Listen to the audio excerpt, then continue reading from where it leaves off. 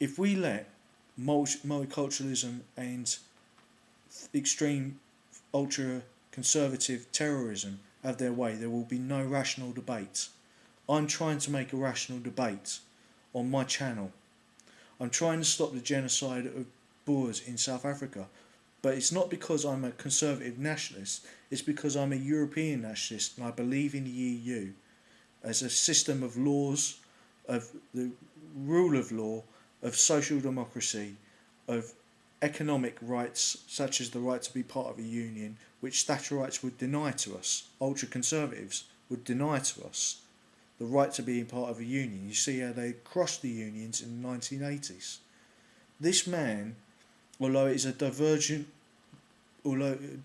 path from Norwegian society, has somehow picked up on these ultra-conservative strains. He considered that Geert Wilders was a conservative, even though Geert Wilders is a liberal who is anti-immigration. Thilo Sarrazin is not an ultra-conservative. He is a social democrat who is against the mass immigration of Muslims to Europe. Not because he's racist, but because he is against a monoculture that would develop, that where Islam would become the chief character of Europe. So multiculturalists would be the first people to get bumped off by the Bin Laden crime family and the Saudis and their jihadist allies. So that is just stupidity on the part of multiculturalism, and it is a dead end. But equally a dead end is the massacre of innocent people and children and the bombing of city centres by ultra-conservatives.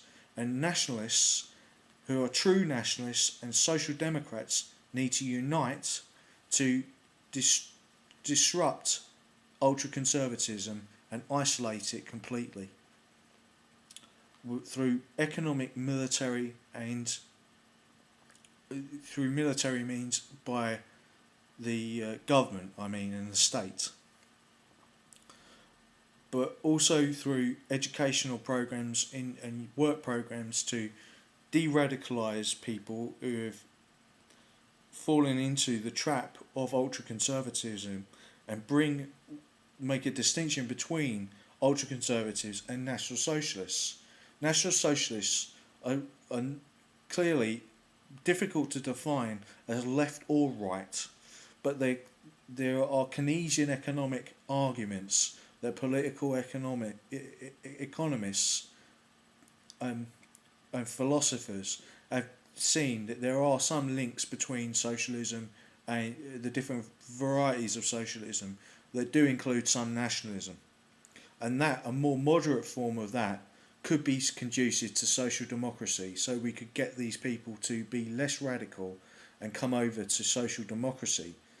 Otherwise, if we leave them to ultra-conservatives, neo-Nazis and National Socialists will go further and further to the right, further and further to ultra-conservatism, and we will have more terrorism and more destruction and more deaths.